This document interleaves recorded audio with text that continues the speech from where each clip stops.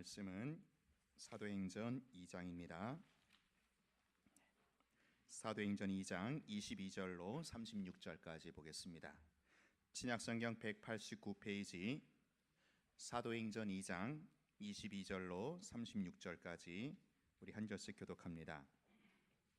이스라엘 사람들아, 이 말을 들으라.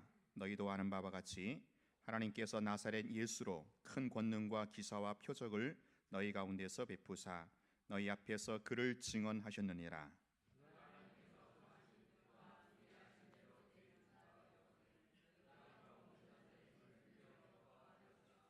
하나님께서 그를 사망의 고통에서 풀어 살리셨으니 이는 그가 사망에 매여 있을 수 없었음이라.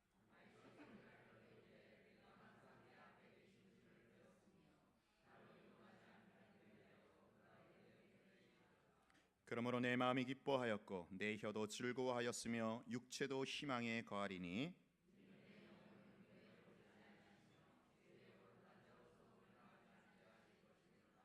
주께서 생명의 길을 내게 보이셨으니 주 앞에서 내게 기쁨이 충만하게 하시리로다 하였으므로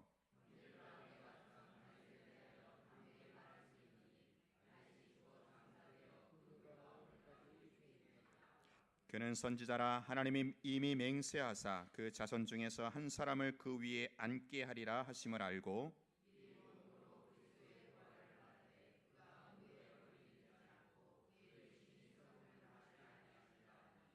이 예수를 하나님이 살리신지라. 우리가 다 이 일의 증인이로다.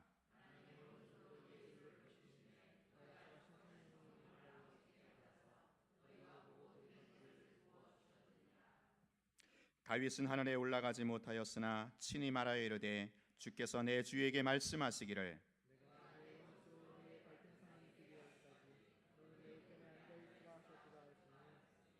같이 합니다. 그런즉 이스라엘 온 집은 확실히 알지니 너희가 십자가에 못 박은 이 예수를 하나님이 주와 그리스도가 되게 하셨느니라 하니라. 아멘. 오늘은 2014년도 추수감사주일로 지키고 있습니다. 1년 동안 베푸신 은혜를 돌아보면서 감사를 또 예로 표하는 그런 절기입니다. 우리가 날마다 범사에 감사하지만 특별히 1년에 한 번 있는 이 추수감사절을 맞이해서는 그 한 해 동안의 감사 제목을 돌아보면서 또 그것을 기억하면서 절기로 지키는 것입니다. 여러분, 만약에 지금 제가 시간을 들여서 종이에다가 금년도 감사 제목 3가지만 한번 적어 보십시오. 그렇게 한다면 무엇을 종이에 써 넣겠습니까? 제가 작년 추수감사절에 제가 적어봤던 3가지 감사 제목을 한번 찾아봤어요. 작년 설교 파일에 들어있더라고요. 아마 여러분 머리 좋으신 분들은 기억할지 모르겠어요. 첫 번째는 작년 겁니다. 첫 번째는 우리 교회를 통해서 신앙생활에 행복을 찾았다고 하는 새 가족들 때문에 제가 감사했습니다. 예로 어떤 분은 홍은동 골짜기에 돌아가시러 오셨다가 우리 교회를 만나서 또 새로운 생명을 찾으신 분을 또 제가 예로 들었던 것 같습니다. 두 번째는 1:1 사역과 성경 공부 등으로 이제 말씀의 기반과 뿌리가 내리게 된 것에 대해서 저는 또 목회자로서 감사의 제목을 적어봤습니다. 마지막 3번째는 스타렉스 구입한 것을 제가 감사의 제목으로 적었더라고요. 아마도 새신랑 새신부가 신혼집을 또 차리면서 점점 살림이 늘어나는 그런 재미가 아마 이런 재미가 아닌가 싶습니다. 올해에도 같은 맥락에서 제가 3가지 감사 제목을 적어봤습니다. 첫 번째는 인생의 방황은 좋으신 하나님을 만나면 종결이 되고 신앙생활의 방황은 좋은 교회를 만나면 종결이 된다고 하는데 우리 교회를 통해서 그간 신앙생활의 방황을 접고 행복한 여정을 보내시는 분들을 볼 때마다 저는 감사하게 되더라고요. 두 번째는 성경 일독 학교를 통해서 우리 성도들이 이 성경을 가까이 하고 또 정말 성경이 읽어진다라고 고백할 때 목회자로서 한없는 보람을 느꼈습니다. 세 번째는 교회의 살림과 환경이 이렇게 올해 들어와서도 또 많이 개선되는 것을 봤을 때 제가 참 흐뭇했어요. 일례로 여러분들 2층이 엄청 변한 겁니다. 올해 들어와서 이게 올해 연초부터 공사를 한 거거든요. 2층과 1층이 방음 처리가 되어서 우리도 청소년부 예배 드리는데 전혀 지장이 없고요. 또 2층에 그간의 그 장의자를 철거하고 이렇게 세미나용 책상과 걸상을 준비해 놓음으로 우리 성경 일도 학교나 또 소그룹이나 소그룹 하는데 너무너무 좋은 환경으로 개선된 거. 그리고 2층뿐만 아니라 교회 구석구석 아마 여러분들 느낄지 모르겠어요. 오늘 오셔도 아마 교회가 먼저 많이 달라졌다라는 거 좀 느끼지 않겠습니까? 뭔가 환해지고 뭔가 넓어지고, 그렇죠? 센스 있는 부분은 알 겁니다. 예. 그리고 교회 지금 구석구석이 굉장히 깨끗해져 있어요. 화장실 비롯해서 어느 분의 수고로 인해서 참 그런 거 하나하나가 참 개선되고 또 좋아진 모습을 보면서 저는 참 교회 책임자로서 한없는 감사를 또 드릴 수가 있었던 겁니다. 여러분은 하나님을 돌아보면서 무엇 때문에 감사한지요? 여러분 감사 제목을 한번 찾는다면 뭐라고 말할 수 있겠습니까? 오늘 본문에 보면 베드로가 성령 사건에 대해서 해석하는 설교가 계속해서 지난주에 이어서 나오고 있습니다. 베드로는요 굉장히 행복에 겨워서 감격하고 있다라고 하는 것을 우리가 감지할 수 있을 것 같습니다. 26절에 보면 다윗의 시편을 인용하면서 내 마음이 기뻐하였고 내 혀도 즐거워하였으며 육체도 희망에 거하리니. 자, 다윗이 그렇게 기뻐하고 즐거워했다라는 것인데 다윗이 그러했다라고 설교하는 베드로 당사자는 오죽하겠느냐라는 거지요. 다윗보다 더한 기쁨과 즐거움을 가지고 이 감격과 확신에 찬 그런 설교를 하고 있는 중입니다. 설교하는 베드로는 분명히 다윗보다 더한, 더 풍성하고 더 깊은 기쁨과 즐거움을 갖고 있다라는 것이 확실합니다. 왜 그런가 하면 지금 베드로는요 오순절 성령 사건을 해석하면서 부활하신 예수 그리스도를 증언하고 있기 때문입니다. 여러분, 예수 사건을 증언하는 그 입술이 얼마나 기쁘고 얼마나 즐거운지 아십니까? 우리 교회가 수요일마다 이 교회 앞에서 커피 전도, 노방 전도를 합니다. 매주 한 10명이 넘게 한 15명 가까이 참석을 하시는데요. 이분들이요 그냥 자원해서 오시는 거예요. 자원해서 오셔서 정말 기쁨으로 감당하고 있습니다. 사람들에게 예수를 믿으라고, 예수 믿고 행복하고 예수 믿고 천국 가라고 전하는데 전하는 당사자가 얼마나 기쁘고 얼마나 흐뭇하고 얼마나 감사한지 몰라요. 우리 수요전도 나오시는 분들 그러시죠? 할렐루야. 예, 나오신 분들은 압니다. 예수 믿어야 영생을 얻는다고, 예수 믿어야 구원을 얻는다고 그 예수 이름을 전하는데 그게 얼마나 신나고 얼마나 행복하고 얼마나 즐거운지 몰라요. 우리 여러분 중에서 우울하고 괴롭고 힘든 분은 수요전도에 한번 나와 보세요. 수요전도에 한번 나와서 예수 한번 전해 보세요. 이번 주 종강입니다. 이번 주 종강이니까 이번 주에도 한번 마지막 나와 보세요. 자, 우리가 이렇게 짧은 시간 예수 복음을 전해도 그 10년 가운데 전하는 자의 10년 가운데 기쁘고 즐거움과 그 감격과 행복이 넘치는데 지금 베드로는요 오순절 성령 사건을 해석하다 보니까 그게 지금 예수 그리스도에게까지 아주 정확하게 딱 연결이 됐던 겁니다. 오순절 성령 강림이라는 이 역사상 초유의 사건이 예수께서 부활하시고 승천하셔서 하나님의 보좌 우편에 앉으셔서 약속하신 대로 성령을 보내주신 그 사건이 바로 오순절 성령 강림이었구나. 이걸 베드로가 깨달은 겁니다. 아하, 예수 사건이 이렇게 성령 강림과 정확하게 연결이 되는구나. 앞뒤가 딱 들어맞으면서 역사가 꿰뚫어지는 겁니다. 사랑하는 여러분, 오늘 우리가 믿고 있는 예수님, 예수 그리스도, 그분이 어떤 분인지 아세요? 현재 이 세상에 살고 있는 모든 사람들은요, 싫든 좋든 동의하든 안 하든 예수라고 하는 그분의 생일을 기준으로 자기의 생년월일을 전하고 있습니다. 그게 여러분의 호적입니다. 심지어 북한의 김정은 위원장도 그렇게 하고 있습니다. 지금 계속해서 태어나고 있는 우리 아기들도 그들의 생일이 예수 출생 이후 몇 년, 몇 월, 며칠이라고 그렇게 호적에 기록합니다.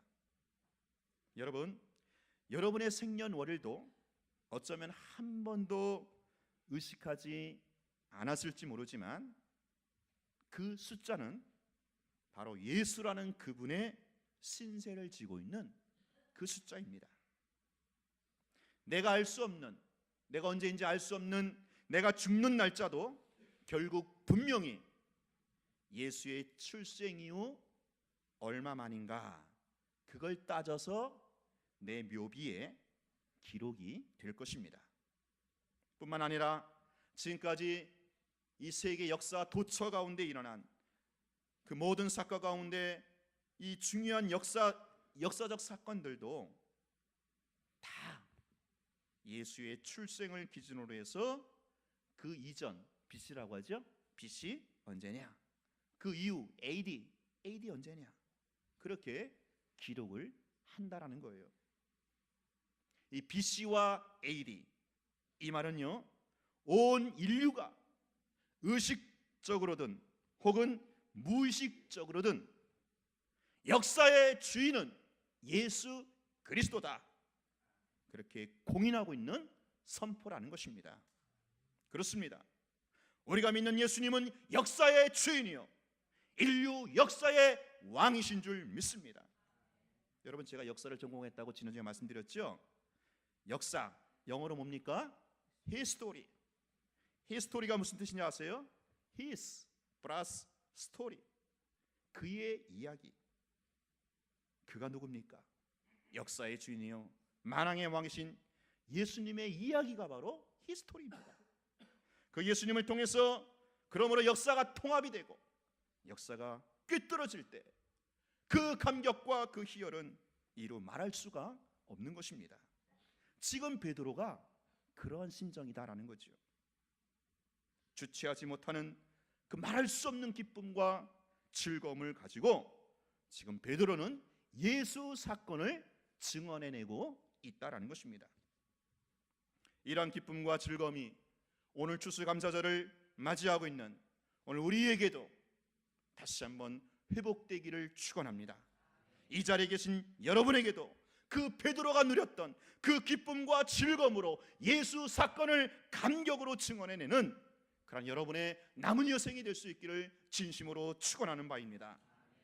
자, 베드로의 감격과 희열이 도대체 그 기원이 어떻게 해서 솟아오게 되었는지 베드로의 설교를 좀 더 살펴보겠습니다. 자, 22절 어떻게 시작되고 있습니까? 같이 읽어봅시다. 시작. 이스라엘 사람들아, 이 말을 들으라. 너희도 아는 바와 같이 하나님께서 나사렛 예수로 큰 권능과 기사와 표적을 너희 가운데서 베푸사 너희 앞에서 그를 증언하셨느니라. 아멘. 자, 지금 베드로는요 계속해서 오순절 이 사건에 대하여 해석을 하는 그런 설교를 하고 있는 거예요. 지난주에 오순절 성령 사건을 베드로가 어떤 관점에서 본다고 제가 말씀드렸나요? 구약의 요엘 선지자의 그 예언이 성취된 차원으로 본다고 했죠. 기억하시죠? 이 정도는 기억하셔야 합니다. 성령 강림이라고 하는 역사상 초유의 사건은 우연도 아니고 어느 날 하늘에서 뚝 떨어진 그런 사건도 아니라 바로 구약 예언의 성취다라는 것입니다. 자, 그리고 나서 오늘 이어지는 내용이 뭐냐면은 하나님께서 나사렛 예수를 증언했다. 어쩌면 좀 생뚱맞은 도입일 수도 있어요. 자, 여러분, 오순절 성령 이 사건을 해석하고 풀어가는 데 있어서 왜 갑자기 예수 증언의 내용으로 이어지게 되는 것일까요? 이 오순절 성령 강림과 예수 사건과는 도대체 어떤 관계가 있단 말입니까? 아이고 목사님, 그런 신학적인 내용 골치 아파요. 그게 나랑 무슨 상관이 있습니까? 여러분, 있습니다. 상관이 있어요. 오늘 여러분이 성령의 세례를 받고 오늘 여러분이 성령으로 충만하려면 반드시 예수 사건, 예수 십자가와 부활이 전제가 되고 기반이 되어야 한다라는 거예요. 예수 사건 없는 성령 충만, 예수 사건 없는 성령 세례, 여러분 그거요 가짜이고요 귀신의 역사입니다. 여러분 정말 깨어 있어야 합니다. 조심하셔야 합니다. 여러분이 정말로 성령으로 충만하길 원한다면 오늘 제 고백대로 제가 다시 한번 성령의 세례를 세 번째, 네 번째 받기를 원하는데, 정말 그렇게 받기를 원한다면 예수 십자가와 부활에 대한 그 신앙 고백을 다시 한번 점검하고 분명히 해야 된다라는 거예요. 지난주에 20절 말씀에서 약간의 힌트를 우리가 볼 수 있었죠? 20절 보세요. 시작. 주의 크고 영원한 날이 이르기 전에 해가 변하여 어두워지고 달이 변하여 피가 되리라. 자, 주의 크고 영원한 날은 어떤 날이라 그랬어요? 지금 오순절 성령 강림 사건을 가리킨다고 했죠.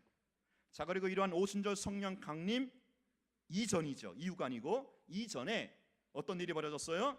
해와 달이 변하는 사건. 자, 이것은 뭐를 가리킨다고 했습니까? 예수님의 십자가의 죽으심을 가리킨다라고 했습니다. 자, 그러니까 예수 십자가의 그 전제와 기반 위에 오순절 성령 강림이 부어졌다라는 거예요. 자, 그리고 나서 오늘 본문에 보면 베드로는 보충해서 설명을 하고 있는 그런 흐름입니다. 자, 먼저 예수님이 십자가에서 죽으신 것은 바로 하나님의 뜻이고 하나님이 미리 아신 바대로 구원의 계획이었다라는 겁니다. 그래서 하나님은 그 예수님을 사망의 고통에서 다시 살려내셨다라고 증언을 합니다. 예수님이 정말 하나님이시라면, 그분이 사람이 아니라 그분이 하나님이시라면 예수 그분은 사망에 매여 있을 수가 없다라는 거예요. 자, 그리고 나서 베드로는 다윗의 시편을 인용합니다. 자, 시편 16편입니다. 그게요. 자, 그런데요, 지금 베드로가 인용하고 있는 다윗의 16편, 여기서 중요한 반전이 일어납니다. 여러분 정신 좀 차리고 잘 따라오세요. 자, 베드로가 인용한 이 시편 16편, 시편 16편은 누구의 신앙 고백입니까? 다윗의 신앙 고백이죠. 자, 그래서 이 시편 16편, 그게 이제 지금 여러분 몇 절부터 나옵니까? 25절부터 나오잖아요. 그렇죠? 거기 각주에서 내가 항상 내 앞에 계신 주를 배웠으며, 그러면 그러므로 내 마음이 기뻐하였고, 27절에 이는 내 영혼을 음부에 버리지 아니하시며, 28절에 주께서 생명의 길을 내게 보이셨으니. 자, 지금 여기 시편 16편을 다윗이 썼는데 그걸 베드로가 인용하고 있잖아요. 그러면 시편 16편을 썼을 다윗이 여기서 말할 때 나는 누구를 가리켜요? 다윗을 가리키잖아요. 이제 다윗이 나라고 고백하고 있죠. 그러니까 문맥으로 보나 자연스러운 흐름으로 보나 여기서 말하는 나는 다윗 자신을 가리킨다고 볼 수 있어요. 자, 근데 오늘 베드로는 그게 아니다라는 거예요. 그게 아니라 베드로는 여기서 말하고 있는 나는 바로 다윗 자신이 아니라 누구라고 하는 거예요? 25절에 보세요. 25절에 다윗이 누구를 가리켜? 그를 가리켜. 그러면 25절에 그는 누구겠어요? 앞선 24절에 그죠. 24절에 그 사망의 고통에서 부활하신 그 예수 그리스도를 지칭합니다.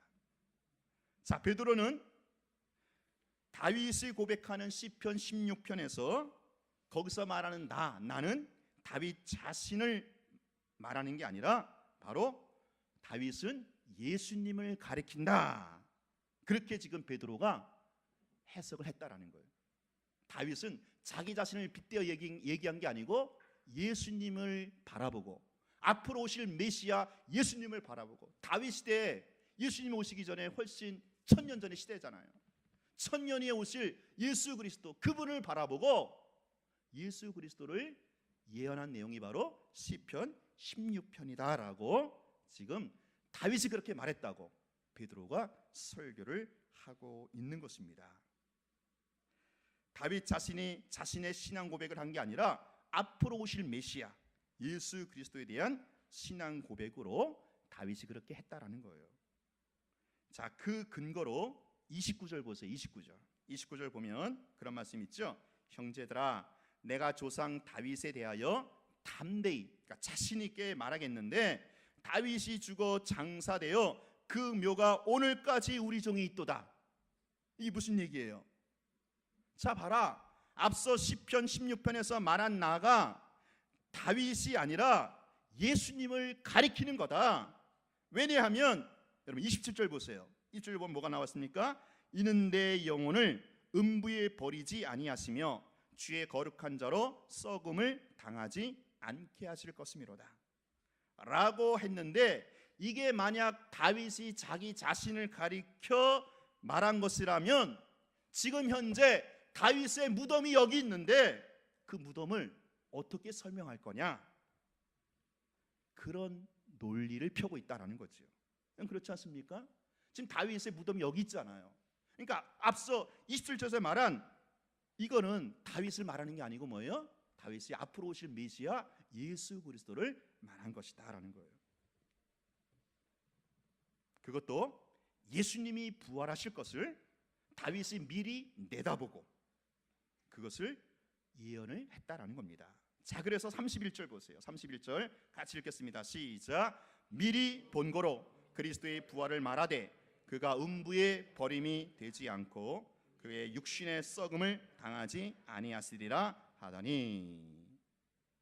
보세요. 다윗은요, 예수님의 부활을 내다보고 다윗이 그렇게 말을 했다라는 거예요.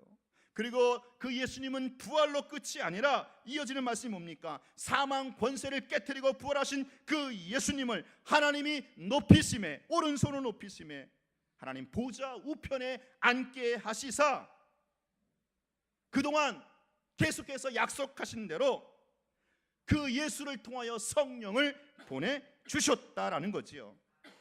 그래서 부활하시고 하나님 보좌 우편으로 승천하신 그 예수님이 약속대로 성령을 보내준 사건이 바로 뭐라는 거예요? 오순절 성령 강림. 너희들이 지금 눈앞에서 보고 펼쳐있는 이 오순절 성령 강림이 바로 그거다라는 거예요. 다윗이 예언한 대로. 베드로가 지금 이렇게 기가 막히게 역사를 꿰뚫고 역사를 통합하고 있다라는 겁니다. 그것도 베드로 개인의 해석이 아니라 이미 우리 조상 다윗이 그렇게 예언을 했다라는 거예요. 다윗이 그렇게 봤다라는 거예요. 여러분, 다윗 하면 누굽니까? 유대인들은 다윗 하면 아브라함과 더불어서 꼼짝을 못해요. 다윗 말에 그냥 껌뻑 죽는 겁니다. 아브라함과 더불어 위대한 조상 다윗이 예수의 부활과 예수의 승천과 그리고 보좌 우편에 앉으셨다라는 것, 그리고 성령을 보내주셨음을 다윗이 바라보고 다윗이 그렇게 시편에서 언급을 했는데, 유대인 너희들은 그 예수를 왜 몰라보고 왜 십자가에 못 박아 죽였느냐. 그게 지금 베드로의 설교의 흐름이다라는 거예요. 그렇지만 하나님이 자기 아들 독생자 예수 그리스도를 바로 주와 및 그리스도가 되게 하셨다. 이게 지금 베드로 설교의 골자입니다. 너희들이 무지몽매해서 나사렛 예수를 몰라보고 하나님으로 몰라보고 메시아로 몰라보고 그 나사렛 예수를 십자가에 못 박아 죽였는데, 사실은 예수가 바로 하나님이시다. 사실은 바로 예수가 왕이시다. 사실은 바로 예수가 메시아 그리스도다라는 게 오늘 베드로가 하는 설교의 골자다라는 거예요. 그 증거가 뭐냐? 그분은 더 이상 사망에 매어 있을 수가 없지 않느냐. 하나님이 그를 사망의 고땅에서 풀어주셔서 부활하시고 또한 하늘 보좌 우편으로 승귀하게 하시고 또한 약속대로 성령을 보내주셨다. 그러면 여러분 보세요. 부활 승천하신 예수님이 보내신 성령은 어떤 영이겠습니까? 사망 권세를 깨뜨리고 죽음을 정복하신 생명의 영이 아니겠습니까? 하나님의 생명인 영생케 하는 영이 아니겠느냐라는 거죠. 오순절 성령 강림으로 말미암아 오늘 우리에게 하나님의 생명의 영, 영생케 하는 영을 오늘 우리가 받은 것이다라는 거예요. 그러니 뭐가 두렵고 뭐가 깝깝하고 뭐가 걱정이냐? 돈이 문제냐? 대학 합격이 문제냐? 결혼이야? 취업이야? 그런 것들이 정말 너희들의 생명보다 영생보다 더 귀하냐는 거예요. 이미 너희들은 죽음을 극복하신 예수 그리스도 그분의 부활의 영, 그분의 생명의 영, 성령을 받지 않았느냐라는 거죠. 이게 오순절 성령 강림으로 이미 성취되고 이루어졌다라는 게 오늘 베드로의 그 강력한 증언이다라는 거죠. 오순절 성령 강림은 바로 예수 부활에 대한 확실하고 분명한 증거가 된다라는 겁니다. 오순절 성령 강림은 승천에서 하늘 보좌 우편에서 역사의 심판주로 예수가 좌정하고 계시다라는 가장 분명하고 가장 확실한 증거가 된다라는 겁니다. 그러므로 사랑하는 성도 여러분, 우리 예수님이 사망 권세를 깨뜨리고 죽음의 권세를 정복하고 부활하셨습니다. 인류 최대의 딜레마인 죽음을 이기시고 죽음을 정복하셨습니다. 사단이 갖고 있었던, 그래서 모든 사람들이 벌벌 무서워 떨었던 그 사단의 최고 무기, 그 사망, 그 죽음을 사단의 손에서 뺏어 오심으로 사단은 무장해제가 된 것입니다. 그리고 예수 그분은 생명의 주가 되셨던 겁니다. 또한 그 예수님은 부활 승천하셨습니다. 지금도 보좌 우편에서 천상에서 지상을 통치하는 역사의 주인이요 만왕의 왕으로 좌정하고 계시는 것입니다. 로마 제국의 가이사 황제가 왕이 아니라는 거예요. 진짜 왕은 지금도 저 보좌 우편에서 천상에서 심판권을 행하시는 예수 그리스도, 그분이 진짜 왕이요 역사의 주인이요 온 인류의 왕이다라는 것입니다. 그리고 그분은 반드시 악을 멸하고 심판하시겠다라는 겁니다. 로마 제국을 비롯하여 지상의 모든 제국주의 역사는 흥망성쇠를 거듭할 뿐입니다. 그러나 예수가 왕이신 하나님의 나라, 이 위대한 하나님의 나라는 태초부터 종말까지, 아니 그 이후 영원까지 지속될 것이다라는 것이 오늘 베드로의 증언이다라는 거죠. 천상에서 지상을 다스리고 통치하는 예수의 왕권을, 그분의 왕권을 드러내고 실현하는 지상의 기관이 바로 뭐라는 거예요? 교회다라는 겁니다. 교회. 그래서 교회는 바로 이 천국의 대사관이 되는 겁니다. 그리고 교회의 성도는 바로 천국의 대사가 되는 겁니다. 음부의 권세가 결코 교회와 성도를 이기지 못할 것입니다. 왜요? 하나님 나라의 대적인 원수 사탄이 예수님의 발등상이 되기까지, 발표 종말할 심판받을 때까지 오늘도 예수님이 영원토록 하나님 보좌 우편에서 심판주로 만왕의 왕으로 역사의 주인으로 좌정하시기 때문이다라는 거지요. 이 보좌 우편에 계신 그 예수를, 진짜 왕이신, 만왕의 왕이신, 역사의 주인이신 그 예수를 바라보라는 거예요. 보좌 우편에 계신 그 예수를 끝까지 신뢰하며 인내하며 소망의 끈을 붙들라는 거지요.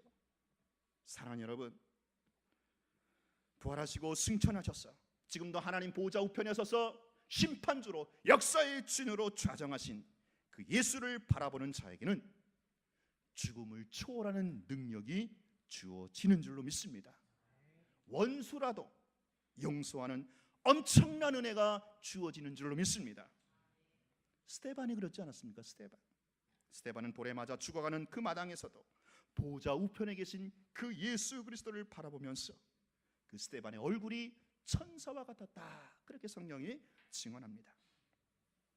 사랑하는 성도 여러분, 2014년도 추수감사절을 우리가 지내면서 여러분, 우리가 무엇 때문에 어떤 것으로 인해서 감사하고 흥분할 수 있겠습니까? 앞서 한 해를 보내면서 세 가지 감사 제목을 한번 적어보자고 했어요.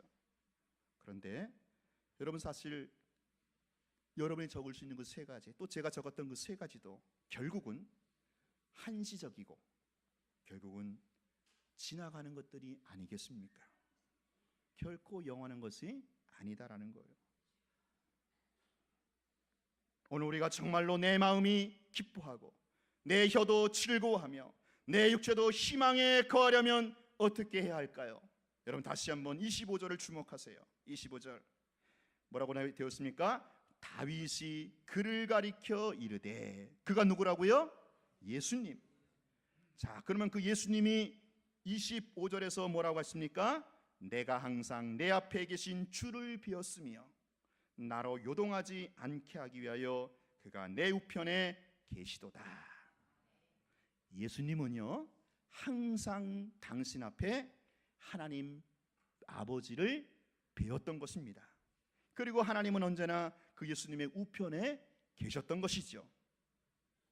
그러므로 오늘 우리도, 오늘 여러분도 예수님처럼 그대로 따라하면 되는 거예요.